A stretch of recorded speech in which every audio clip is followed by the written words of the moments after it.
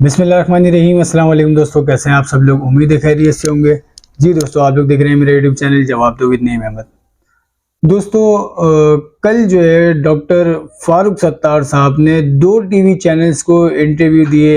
एक दुनिया न्यूज़ और दूसरा जी समा न्यूज़ को उन्होंने इंटरव्यू दिए।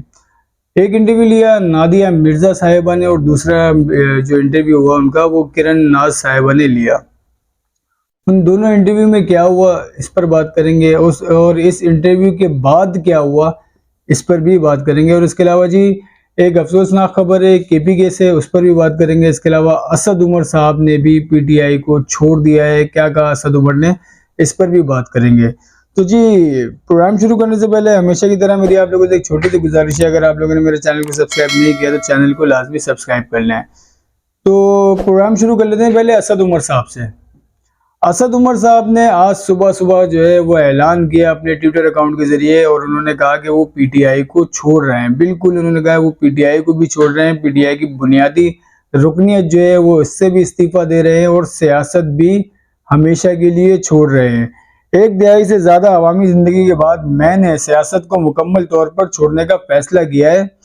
जैसे कि मैं पहले भी अवामी सतह पर कह चुका हूं कि मैं रियासती इदारों के साथ तसादुम की पॉलिसी से मुत्तफिक नहीं हूं, और ऐसी पॉलिसी रियासती इदारों के साथ शदीद टकराव का बाइस बनी है जो कि मुल्क के मफाद में नहीं है। पीटीआई की बुनियादी रुकनीत से इस्तीफा दे रहा हूं। मैं इन तमाम लोगों का शुक्रगुजार हूं जिन्होंने अवामी जिंदगी में मेरा साथ दिया। खास तौर पर NH54 की टीम और वोटर्स का शुक्रिया अदा करना चाहता हूं। और साफ उन्होंने कह दिया असद उमर साहब ने कि वो तहरीक इंसाफ के साथ साथ हमेशा हमेशा के लिए सियासत भी छोड़ रहे हैं। तो जी ये एक और बहुत बड़ा नुकसान हुआ है पीटीआई का और इमरान खान साहब का। और लग यूँ रहा था जिस तरीके से 9 मई का वाकया हुआ था उसके बाद जो है असद उमर ने फौरन प्रेस कॉन्फ्रेंस कर दी थी। प्रेस कॉन्फ्रेंस के बाद जो है उन्होंने पार्टी छोड़ने का तो नहीं कहा था ना, सियासत को छोड़ने का कहा था, लेकिन उन्होंने एक प्रेस कॉन्फ्रेंस की थी जिसमें उन्होंने 9 मई के वाकयात की मजम्मत की थी। उसके बाद जो है असद उमर साहब ने काफ़ी कोशिशें की, बहुत अपनी कोशिशें की कि ये मामला जो है किसी तरह हल हो जाएं, लेकिन ये मामला हल ना हुए। और आखिर में जो है वो फिर असद उमर साहब को एक बड़ा फैसला करना पड़ गया। और ये फैसला उन्होंने क्यों किया, किसके दबाव में किया, कैसे किया, वो सब आम आवाम जो है अच्छी तरह समझती है, जानती है। जिस तरीके से इंटरव्यूज हो रहे हैं, जिस तरीके से प्रेस कॉन्फ्रेंसेस हो रही है, अब ये कोई मतलब एक कोई खास बात, कोई बड़ी वजह, कोई बड़ी बात नहीं है। अब ये सबको पता है क्यों होती है, कैसे होती है। तो ये एक बड़ा नुकसान हुआ है पाकिस्तान तहरीक इंसाफ को, इमरान खान साहब को, असद उमर के छोड़ने से, इनकी तंजीम को, इनकी पार्टी को।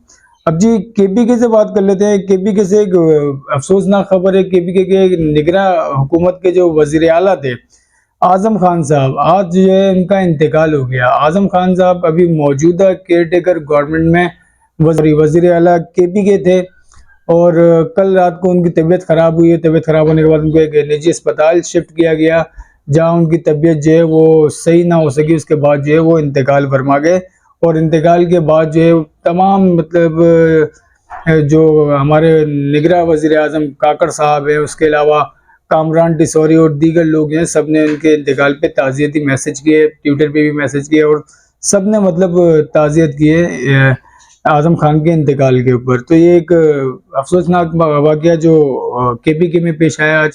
इसके अलावा जी बात कर लेते हैं, ट्विटर पे एक और पोल हुआ, और उस पोल में जो पोल करने वाली थी वो खातून थी फरिया इदरीस। फरिया इदरीस एक बहुत मारूफ एंकर पर्सन है।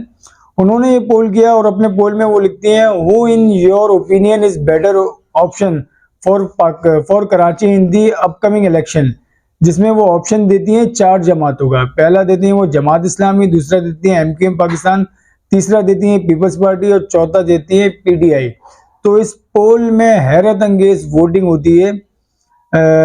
इसमें जो है जो नतीजा आता है वो हैरत अंगेज है। वोट जो है इसमें 36,000 वोट पड़ते हैं, और 36,000 वोट में जमात इस्लामी जो है वो 6%, MQM 3%, पीपल्स पार्टी 2% और PTI 89% वोट लेती है इस पोल के नतीजे पे। तो जी अब इसमें लोगों का कहना ये है कि फरिया इदरीस, क्योंकि इनका ताल्लुक जो है पंजाब से, और पंजाब में एक बड़ी फॉलोइंग है फरिया इदरीस की, और पंजाब में एक बड़ा वोट बैंक जो है वो इमरान खान साहब का है। तो ये जो पोलिंग हुई है, ये पोल हुआ है बेसिकली कराची के लिए, और इसमें जो वोट पड़ा है वो पंजाब से पड़ा है। लेकिन हैरत अंगेज तौर पे इसमें जो एमकेएम के ऊपर जो सिर्फ 3% जो है वो वोट पड़ रहा है, ये बहुत बड़ी हैरत अंगेज बात है।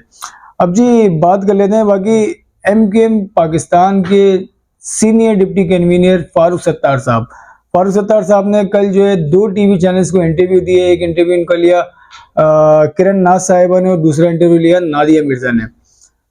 दोनों इंटरव्यू जो थे तकरीबन सिमिलर ही थे। दोनों इंटरव्यूज में जो सवालात हुए वो एक जैसे ही सवालात हुए, और उन दोनों इंटरव्यू में जो ज्यादा सवालात हुए जो एमकेएम पाकिस्तान और नून लीग का जो एक इत्तेहाद के बारे में कहा जा रहा था कि एक इत्तेहाद हो गया है, उस इत्तेहाद के हवाले से सख्त सवालात जो है वो फारूक सत्तार साहब से किए गए। फारूक सत्तार साहब ने जवाबात भी दिए, कुछ जवाबात उन्होंने बहुत घुमा फिरा के दिए, कुछ डायरेक्टली भी उन्होंने जवाब दिए। अब जो इन दोनों इंटरव्यू के अंदर जो मेन सवाल होता है, वो सवाल होता है जो एमकेएम पाकिस्तान हमेशा जो है वो डिमांड करती रही है कि उनको उनके जो पुराने दफातर है, खासतौर पे 90 वो उनको दिया जाए। जो भी हुकूमत आई है, पिछले 5 सालों में 2 हुकूमतें आई हैं। पहली हुकूमत आई इमरान खान साहब की, जिसके साथ 3.5 साल जो है वो एमकेएम ने गुजारे। उनके साथ भी एमकेएम जो यही मुतालबा करती रही कि उनको उनके दफातर खोलने की इजाजत दी जाए, 90 खोलने की इजाजत दी जाए। उसके बाद पीडीएम की हुकूमत आती है, शहबाज शरीफ की हुकूमत आती है, उसमें भी इन्होंने यही मुतालबा किया कि इनको उनके दफातर खोलने की इजाजत दी जाए। तो ये जो दोनों टॉक शो हुए जिसमें फारूक सत्तार साहब मौजूद थे, इन दोनों टॉक शो में इसी को लेके सवाल किया गया कि आप जो आपकी मुलाकात हुई है नवाज शरीफ साहब से, क्या इसमें आप लोगों ने मुतालबा किया है कि आपको जो है आपका 90 आपका वापस किया जाए। इस पे जो है फारूक सत्तार साहब ने कहा कि हमें हमारे नए बहुत सारे ऑफिस मिल गए। हमने कराची में 15 दिसंबर तक जो है हम 100 ऑफिस खोलने जा रहे हैं। उसके अलावा हमारे काफ़ी सारे ऑफिस खुल भी गए, और ऐसा है भी काफ़ी सारे एमकेएम पाकिस्तान के ऑफिस खुले भी है, जिनकी कल जो है वो इफ्तिताही तकरीबात भी हुई हैं। बहुत सारे इलाकों में तकरीबन 6-8 ऑफिस जो है वो सिर्फ कल के दिन उनकी इफ्तिताही तकरीबात हुई है। तो उस पर उसी की तरफ इशारा था फारूक सत्तार साहब का। फारूक सत्तार ने कहा कि जी हम अपने नए ऑफिस खोल रहे हैं। उसके ऊपर फिर जो है दोनों एंकर्स ने अपने दोनों प्रोग्रामों में वही सवाल किया कि 90 का मुतालबा है आपका, आप 90 खोलेंगे। तो उस पर जो है वो थोड़ा सा, अब जाहिर है जिस तरीके से उनसे सवालात किए जा रहे थे, इनको बोलने नहीं दिया जा रहा था फारूक सत्तार साहब को, तो वहां पे थोड़ा सा उनको गुस्सा आ गया। तो वो आप जनाब से तुम करने लग गए। तुम करके इन्होंने बात की। तुम बात तो सुनो, तुम मेरी बात तो सुनो।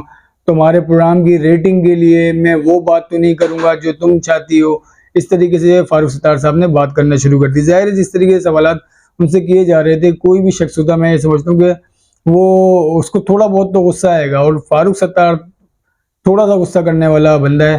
अगर मुस्तफा कमाल साहब होते या कोई और होता फिर ज्यादा गुस्सा भी हो सकता था। तो ये सब बातें हुई हैं कल सोशल टीवी चैनल्स के ऊपर। और इसके बाद जो है ये जो इंटरव्यू हुए, इस इंटरव्यू में जो है वो बिल्कुल क्लियर कहा है फारूक सत्तार साहब ने, हमारा किसी भी किस्म का कोई भी जो है वो इत्तेहाद नहीं हुआ, किसी किस्म की कोई जो है वो डील नहीं हुई है, नून लीग के साथ कोई भी बात नहीं हुई। जबकि एक और प्रोग्राम होता है शाहजेब खानजादा का जियो के ऊपर, जिसमें राना सनाउल्लाह साहब जो है वो मौजूद होते हैं। अब राना सनाउल्लाह साहब जो हैं वो क्या फरमाते हैं आप सुने। राना सनाउल्लाह साहब कहते हैं शाहजेब खानजादा के प्रोग्राम में, बलूचिस्तान के कुछ हल्कों पर सीट एडजस्टमेंट के लिए तैयार है।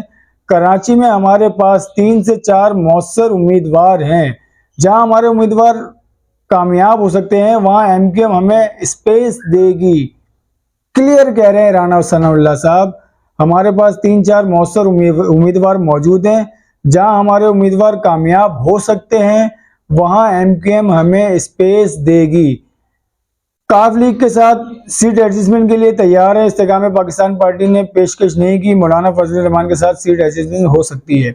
ये राना सनाउल्लाह ने अपने प्रोग्राम में गुफ्तगू की है, जो मैंने आपको छोटा मैंने आप लोग को बता दिया, जिसमें जो उन्होंने जो साफ लफ्जों में कहा है वो ये कहा है कि हमारे पास 3 से 4 ऐसे उम्मीदवार मौजूद हैं जो कराची में कामयाब हो सकते हैं, और ऐसी जगहों पे एमकेएम पाकिस्तान जो है हमें स्पेस देगी। ये हमारी बात हो चुकी है। जबकि एमकेएम पाकिस्तान के तमाम रहनुमा जो है वो कहते हैं कि हमारी कोई बात नहीं हुई है। जो सीट एडजस्टमेंट की बात है जाहिर है वो तो इलेक्शन होने के बाद होगी, उससे पहले नहीं हो सकती। तो जी ये जो इंटरव्यू हुए दोनों फारूक सत्तार साहब के, अब इसके बाद एक खबर है, कुछ खबर इस तरीके से है कि अब जो है वो कोई भी किसी भी मीडिया चैनल पर नहीं बैठेगा।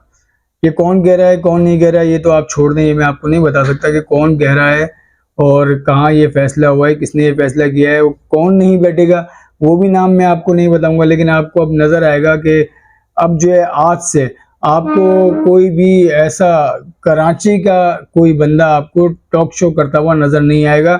ये एक फैसला हुआ है मुबैना तौर पे कहेंगे इसको तो। और ये जो है आपको आज शाम से पता चल जाएगा कि आज शाम को अगर कोई टॉक शो होता है किसी भी चैनल पे तो उसमें कराची से ताल्लुक रखने वाला कौन होता है कौन नहीं होता। तो ये एक बड़ी खबर है जो आप लोगों तक पहुंचानी जरूरी थी। तो जी अब देखते हैं आज रात से ऐसा होता है या नहीं होता है। जो खबर आई थी मेरे पास वो मैंने आप लोगों तक पहुंचा दी। अब बाकी जो है वो अल्लाह मालिक है। इसके अलावा जी कुछ और भी खबरें हैं और खबरें हैं इंडिया पाकिस्तान को लेके। सियालकोट बॉर्डर पे जो है वो हालात बहुत ज़्यादा कशीदा है और हालात मतलब सही नहीं है। लेकिन वहाँ पर अभी भी हालात कुछ मतलब इंडिया जो है वो सीज फायर की खिलाफवर्जी करता है, उसको जो है भरपूर जवाब अभी भी दिया जा रहा है। और वहां पर सिर्फ ऐसा नहीं है कि हल्का फुल्का जवाब दिया जा रहा है, भारी जवाब दिया जा रहा है, इंडिया को मौसर जवाब दिया जा रहा है। और अब तक जो है सिर्फ हमारी रेंजर्स वहां मौजूद है, हमारी जो मिलिट्री है, हमारी जो आर्मी है, हमारी पाक फौज जो है वो एक पूरा एक दस्ता वहां मौजूद नहीं है। वहां पे कहा जा रहा है कि अभी तो सिर्फ रेंजर्स ही है वो ही जवाब दे रही है, जब वक्त आएगा तो पूरी ताकत के साथ भी जवाब देने की हिम्मत पाकिस्तान रखता है। तो सियालकोट बॉर्डर पे जो है वो हालात जो है वो कुछ सही नहीं है।